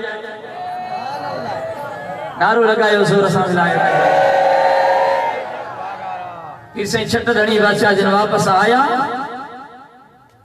त हाणे ज़ाहिर आहे जेकॾहिं इएं जमायत खे छॾे ॾियनि ॾुतड़ियल हाल में न उन्हनि जी तालीम जो बंदोबस्त कजे न उन्हनि खे का सही वाट ॾेखारिजे त पोइ त जमायत अञा ताईं उन हालत में हुजे हा जो गैर बि पंहिंजे किताबनि में लिखी विया त हीअ जमायत जेका आहे जॾहिं अंग्रेज़नि सां विढ़ी ऐं पाकिस्तान आज़ाद थी वियो उन खां बाद में जमायत हुर जमायत जेकॾहिं किस्तो खणी करे पिने हा त उन्हनि ते मयार कान हुई।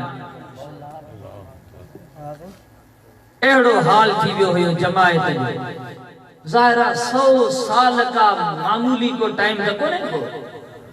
ऐं उन खां बाद में अंग्रेज़नि सभु कुझु उन्हनि जो लुटे छॾियो। घर बि उन्हनि जा न रहिया। केॾांहुं वञनि छा कनि त हुर उन टाइम ते गैरनि पंहिंजे किताबनि में लिखियो आहे त जेकॾहिं हुर किस्तो खणी पिननि हा त उन्हनि ते का बि मयार कान हुई। पर उन्हनि खे इमाम अहिड़ो मिलियो जंहिं ॿुधाए छॾियो त ही हुर कॾहिं कंहिंखां सवाल कोन कंदा पर सवालनि खे हमेशह नवाज़ींदा ई रहंदा। अॼु ताईं बि यकीन ॼाणियो त थरनि बरनि बयाबाननि में अलाए किथे किथे वञण थिए थो पर जमायत जेका इज़तूं ॾींदी आहे जेके मुहबतूं जेको अदब जमायत में जेको ज़िक्र फिक्र आहे ऐं जेका मुर्शिदनि सां मुहबत ऐं अक़ीदत वारी ॻाल्हि आहे रब करीम जी इज़त जो कसम आहे त उन्हनि जूं मुहबतूं ॾिसी करे अखियुनि में पाणी अची वेंदो आहे, दिलि भरिजी वेंदी आहे त ही सभई महिरबानियूं आहिनि त उन्हनि मुर्शिदनि करीमनि जूं। नारो लॻायो ज़ोर सां विलायत जो। सुभान अल्लाह। हज़रत पीर साईं छटदणी बादशाह जा आशिक़ वो मुर्शिद महबूब करीम जॾहिं वापसि आयो त उन जमायत जे लाइ अहिड़ा त फ़ैसिला कया। हैरत अंगेज़ ॻाल्हि आहे जो जमायत उन हाल में जंहिं हाल में उन ज़माने में हुई न कंहिं स्कूल में पंहिंजा ॿार पढ़ाए सघी थे न कंहिं कॉलेज या यूनिवर्सिटी में पंहिंजा ॿार पढ़ाए सघी थे। अहिड़ो उन जो मिस्कीनी हाल हुयो। पीर साईं छटदणी बादशाह रज़ी अल्लाह ताला अन्हु जिन ख़ालिस जमायत जी महिरबानी ऐं बहबूदीअ जे लाइ बल्कि इस्लाम जी इशाअत ऐं तरवीज जे लाइ पीर साईं छटदणी बादशाह पहिरों जेको फ़ैसिलो कयो पाण फरमायूं त मुंहिंजे ॾाॾे हज़रत पीर साईं कोटधणी बादशाह जेको जामिया राशिदिया मदरसो क़ाइम कयो हुयो विच में अंग्रेज़नि जे इन्हनि ज़ुल्मनि जे करे जेको मदरसो विच में जेका तालीम मुतासिर थी करे मुल्क मुलतवी थी वई हुई पाण फरमायो त हाणे वरी पहिरीं कम इहो कयो जो जामिया राशिदिया खे जारी कयो वञे जमायत जे ॿारनि खे मुफ़्त तालीम मिले ऐं अहिड़ी तालीम मिले जो उन मदरसे मां शेर मुस्तफ़ा जहिड़ा जवान पैदा थियनि ज़ोर सां ॾियो सुभान अल्लाह हज़रत क़िबला मुफ्ती मोहम्मद रहीम जहिड़ा आलिम रब्बानी उन मां पैदा थियनि अलाए केतिरा हज़ारे जजिद आलिम इन जामिया राशिदिया जे इदारे मां आहिनि ऐं अल्हम्दुलिल्लाह हर साल रजब शरीफ ते जॾहिं तव्हां ॾिसंदा आहियो सभिनी ब्रांचुनि जा फारिग थींदड़ आलिम हाफ़िज़ कारी जॾहिं उन जाइ ते पहुचंदा आहिनि त समूरी जमायत उहे उन्हनि जूं नूरानी उन्हनि जा ताज ॾिसी करे दिलियूं पई ठारींदी आहे या न या मेहरबानी यो फैज़ अक़ीद मुर्शिद छट धनी बादशाह पाण जमायत जे लाइ वरी अहिड़ा फ़ैसिला कयूं हिकिड़ो इहो वॾो फ़ैसिलो हुयो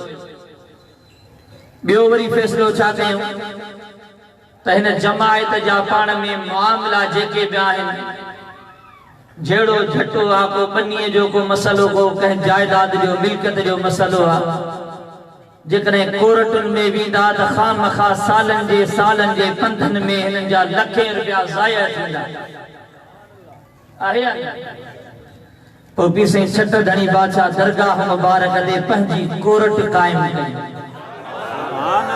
सुभान अल्लाह ज़ोर सां चओ जंहिंमें फ़ैसिले कराइण जो मुंहिंजे ख़्याल में 5 रुपया ख़र्च आहे 2-3 रुपए जो खणी पन्नू हुजे 2 रुपए खणी जी पेन हुजे दरख़्वास्त लिखो पीर साईं बादशाह खे अर्ज़ कयो हुकुम मिली वेंदो दरगाह मुबारक जी कोर्ट जे लाइ उते तव्हांजो फ़ैसिलो थींदो त इंशा अल्लाहुल अज़ीज़ बग़ैर कंहिं ख़र्च जे तव्हांजा इहे फ़ैसिला थी वेंदा सुभान अल्लाह ज़ोर सां केॾो फ़ाइदो थियो हिन जो हज़रत पीर साईं छट धणी बादशाह रज़ी अल्लाह ताला अन्हु उन खां अलावा जेके जमायत में जेके सैर सफ़र करे उन्हनि खे दुआऊं ॾिनियूं अलाए केॾियूं महिरबानी जमायत खे ख़ुशियूं ॾिनियूं इन्न मअल उसरी युसरा फ़इन्न मअल उसरी युसरन इन्न मअल उसरी युसरा रब करीम फरमायो आहे त दुखनि सां गॾु सुख आहे उन जी उहा आम असां वटि चवणी हूंदी आहे दुखनि पुठियां सुख पर न दुखनि सां ई सुख मिलंदा आहिनि इन जमायत खे पीर साईं छट धणी बादशाह उहे ख़ुशियूं अता फरमायूं जमायत में सैर सफ़र करे उन्हनि खे उते दुआऊं ॾिनियूं पाण फरमाईंदा हुया कॾहिं ईअं बि थींदो हुयो जॾहिं कराची जूं हालतूं ठीकु न हुयूं जमायत जे लाइ पाण फ़िक्रमंद हूंदा हुया त हिन जाइ ते जेकॾहिं उहे ज़ियारत जे लाइ ईंदा कराचीअ जूं हालतूं ठीकु न आहिनि तॾहिं पाण सख़्त नाराज़ थी करे बि सम्झाईंदा हुया छो भॻायो कहिड़ी ज़रूरत आहे तव्हांखे केरु अर्ज़ कंदो हुयो त क़िबला दीदार जे लाइ ज़ियारत जे लाइ आया आहियूं दुआ जे लाइ आया आहियूं त पीर साईं जन फरमाईंदा हुया त तव्हां भले अचो या न अचो हर टाइम ते सुबुह जो चाहे शाम जो दुआ तव्हां ताईं ज़रूर पहुचंदी आहे सुभान अल्लाह बलोचिस्तान में हिकिड़ा फ़क़ीर हुया जिन वटि पीर साईं छट धणी बादशाह जी दावत थी दावत में उन्हनि अर्ज़ कयो त क़िबला पाण फरमाईंदा हुया जीअं जिते किथे पुछंदा हुया ॾियो ख़बर तव्हांजो वक़्तु कीअं थो गुज़रे यादि अथव सुभान अल्लाह कीअं थो तव्हांजो वक़्तु गुज़रे कहिड़ो हाल आहे तव्हांजो ऐं ॿियो घणो करे तालीम जे बारे में पुछंदा हुया तव्हांजे ॻोठ स्कूल आहे उनजी तालीम कीअं थी हले इहे ॻाल्हियूं जो कंदा हुया त जमायत अर्ज़ कयो त क़िबला ॿियो त सभु कुझु अव्हांजी दुआ आहे पर हिकिड़ी महिरबानी कयो पाणी कोन्हे को फ़सुलु आहे घणो करे फ़क़ीरनि ॿुधायो त जूअर जो फ़सुलु हुयो वो तैयार थियण ते आहे। पानी हिकिड़ो भेरो जेकर अची वञे त भलाई थी वेंदी। दुआ कयो त फसल पची तैयार थियण, पानी जी ज़रूरत आहे। पाण फरमायूं त जेकॾहिं पानी न आयो का ॻाल्हि कान्हे का, तव्हांजा फसल इंशाअल्लाह बाहि ते पचाईंदासीं। सुभान अल्लाह, ज़ोर सां चओ। इहा रिवायत जिते फ़कीरन ॿुधाई पे, साईं मुफ्ती मोहम्मद रहीम सिकंदरी उते वेठो हुयो ऐं पोइ वरी मुफ्ती साहिब पाण बि इन ॻाल्हि जी तस्दीक कई त वाकई इहा ॻाल्हि उते थी हुई। पीर साईं फरमायो त इंशाअल्लाह तव्हांजा फसल बाहि ते पचाईंदासीं। पोइ छा थियो, जॾहिं फसल उहो पची तैयार थियो, उहे फ़कीर ॿुधाइनि पिया त जॾहिं उहे फसल हेठियां लुणऊं पिया त हेठियां बाहि जो असर उन में मौजूद हुयो। ज़मीन में गरमाइश त पंहिंजी जाइ ते, पर उन जे पाड़नि में तीलनि में ॼण त बाहि लॻल हुई, उहो बाहि जो असर मौजूद हुयो। इहो सभु कुझु हुयो त पीर साईं छट धणी बादशाह जे उन्हनि लफ़्ज़नि जो असर। ऐं अॼु ताईं ॾिसंदा रहो, अञा त कुझु ॻाल्हियूं ज़ाहिर थियूं आहिनि, अञा उहे नज़ारा ॾिसबा इंशाअल्लाह। पीर साईं फरमायो नवाज़ शरीफ़ जे लाइ त उनजो मुस्तक़बिल ब्लैक आहे। ऐं इहो टाइम मुंहिंजे ख़्याल में साईं फ़कीर शाह नवाज़ खे त वधीक ख़बर आहे, वॾा थोरा आहिनि इन जे लाइ जो उहे किताब गॾु करे जमायत जे लाइ आसानी कई अथसि। अल्लाह करीम खेसि अञा वधीक कलम में ऐं आफ़ियत में रब करीम वधीक हिम्मत तौफ़ीक़ नसीब करे। जमायत जे लाइ जेके बि कम कनि था उन्हनि जे लाइ दुआ कयो। यकीन ॼाणियो त ज़रूरत आहे इन ॻाल्हि जी त असांजा सभई नौजवान जेके आहिनि, हीअ जमायत उहा जमायत आहे जो हिन जहिड़ी सुनहरी तारीख़ बि कंहिं बि जमायत जी कान्हे। पर ज़रूरत आहे जो उन्हीअ खे दुनिया जे आॾो पेश कयो वञे, ॾेखारियो वञे। त पीर साईं छट धणी बादशाह नवाज़ शरीफ़ जे लाइ ॻाल्हि कई त हिन जो मुस्तक़बिल उम्दा हुआ। ज़मानो गुज़रंदो रहियो, पीर साईं छट धणी बादशाह जन बेशती घड़िया। उन खां बाद में अञा इलेक्शन थी त इहो नवाज़ शरीफ़ वज़ीर आज़म चूंडिजी वियो। समझ में ॻाल्हि न पई अचे त ही छा थियो। पीर साईं त फरमायो त हिन जो मुस्तक़बिल उम्दा हुआ, पर ही त हाणे मुल्क जी वॾी कुर्सीअ ते पहुची वियो। पर पोइ मूंखे सम्झ में ॻाल्हि आई त जेकॾहिं इएं घर वेठे नाअहल थिए हा त कंहिंखे ख़बर पवे हा। पंहिंजे घर ई वेठो हुजे हा, उते नाअहल थिए हा त केरु कंहिंखे ख़बर पवे हा त नवाज़ शरीफ़ जो मुस्तक़बिल उम्दा हो थी वियो। ख़बर तॾहिं दुनिया खे पवे जो वज़ीर आज़म जी कुर्सीअ ते वेहे त पोइ उतां ई पटको लहेसि। पोइ ख़बर पवे त मुंहिंजे मुर्शिद छट धणी बादशाह जो फरमान रब करीम कीअं सचो करे ॾेखारे। हिकिड़ो ज़मानो हुयो जॾहिं कराची जा इहे मुहाजिर ॼण त उते जा त छा, पर जहिड़ो करे मुल्क में हू अच्छे कारे जा मालिक हुया। ईअं न कंहिं सम्झो थे तो उन्हनि जी एॾी ताक़त जेका आहे सा उन में कॾहिं ज़वाल ईंदो। उन्हनि जी ताक़त एतिरी तव्हां सभिनी खे ख़बर आहे। पर पीर साईं छट धणी बादशाह जिन उन वक़्त में फरमायो हुयो त हिननि खे हिकिड़ो भेरो ठीक ठाक मोचड़ो लॻंदो के मरी वेंदा के भॼी वेंदा, पोइ जेके बचंदा से सुधरी वेंदा। सुभान अल्लाह, ज़ोर सां चओ। रब करीम थो ॼाणे त मुंहिंजे मुर्शिद महबूब छट धणी बादशाह जी उहा पेशन गोई बि रब करीम हरफ बहरफ सची करे ॾेखारी। ऐं सालनि खां बाद में तक़रीबन इहो गुज़िरियल साल 1918 में 2018 में इहो थियो आहे। पीर साईं छट धणी बादशाह जे 2012 जी जनवरी में विसाल फरमाए विया आहिनि त सालनि खां बाद में उहा ॻाल्हि सची थी अल्लाह ताला जी ज़ात बरकात जा जेके वली हुंदा आहिनि उन्हनि खे रब करीम उहो इख्तियार ऐं पावर ॾिनो हूंदो आहे जो का ॻाल्हि कंदा आहिनि त उहे लौहे महफूज़ खे पढ़ी करे ॾिसी करे ॿुधाईंदा आहिनि। सुभान अल्लाह। ज़ोर सां घर के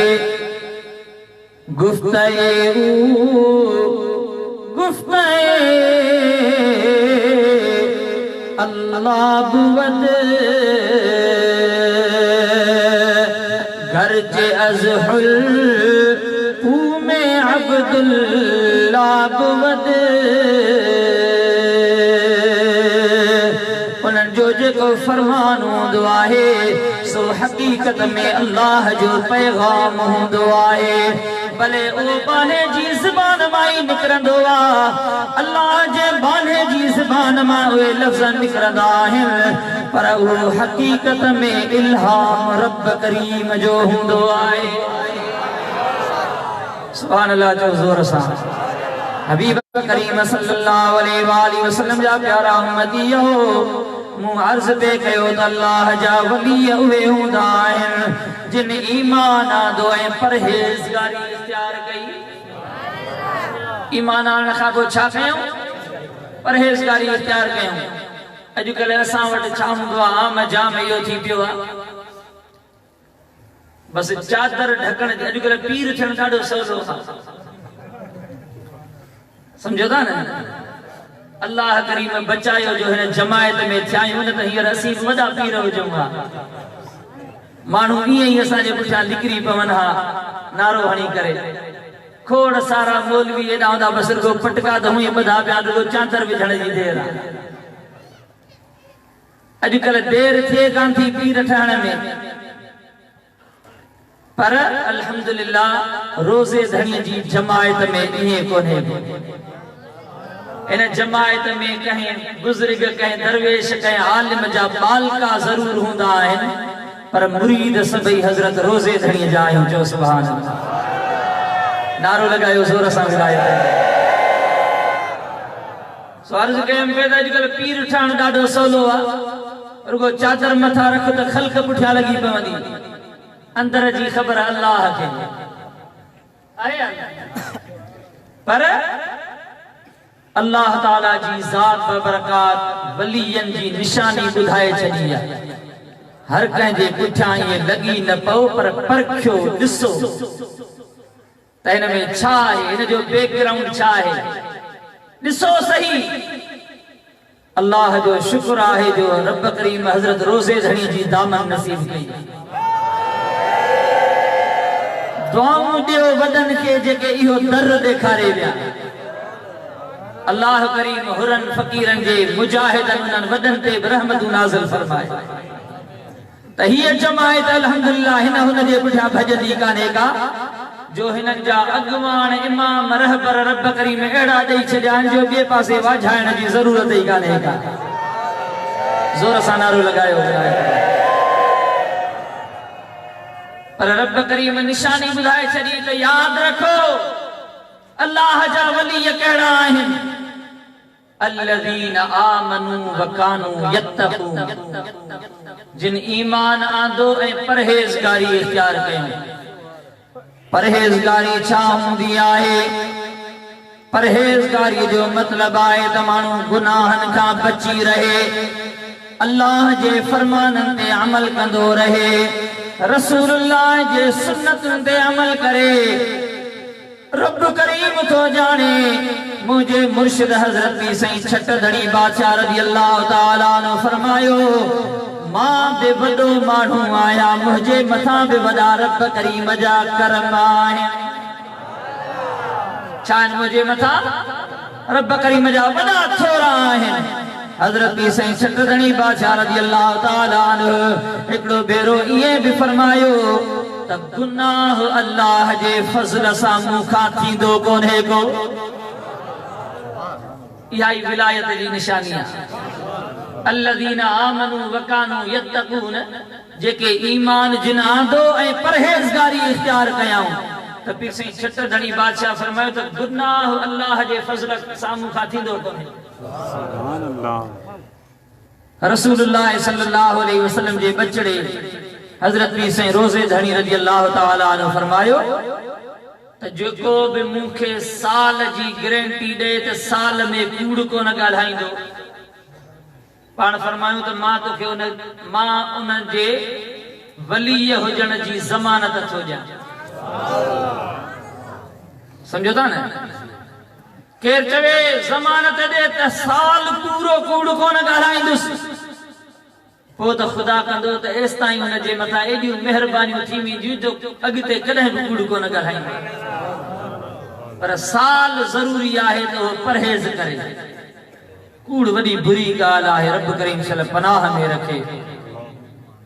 कूड़ जॾहिं बि इंसान ॻाल्हाईंदो आहे न त उन जे हदीस मुबारक में आहे त उन जे वात मां एॾी त बदबू निकिरंदी आहे जो सॼे जहान में उहा बदबू फैलजी वेंदी आहे, जो हेसि ताईं जो आसमान वारा उहे मलाइक बि परेशान थी वेंदा आहिनि ऐं इन जे करे ॾुखारा रंजीदा थींदा आहिनि त छाजी हीअ बदबू निकिती आहे, त एॾी बुरी बला आहे कूड़। पीर साईं रोज़े धणी फरमायो त साल जी ज़मानत ॾे केर कूड़ न ॻाल्हाईंदो त मां उनखे वली हुजण जो सर्टिफिकेट थो ॾियां। हज़रत पीर साईं छठ धणी बादशाह अल्लाह ताला जी विलायत जे लाइ इन खां वॾो कहिड़ो सबूत हुजे जो पाण फरमायूं त ज़िंदगीअ में मूं कॾहिं मखलूक सां बि कूड़ कोन ॻाल्हायो आहे त कॾहिं अल्लाह सां बि कूड़ कोन ॻाल्हायो। ज़ोर सां जो सुभान अल्लाह। इन महबूब मुर्शिद करीम कॾहिं कूड़ कोन ॻाल्हायो।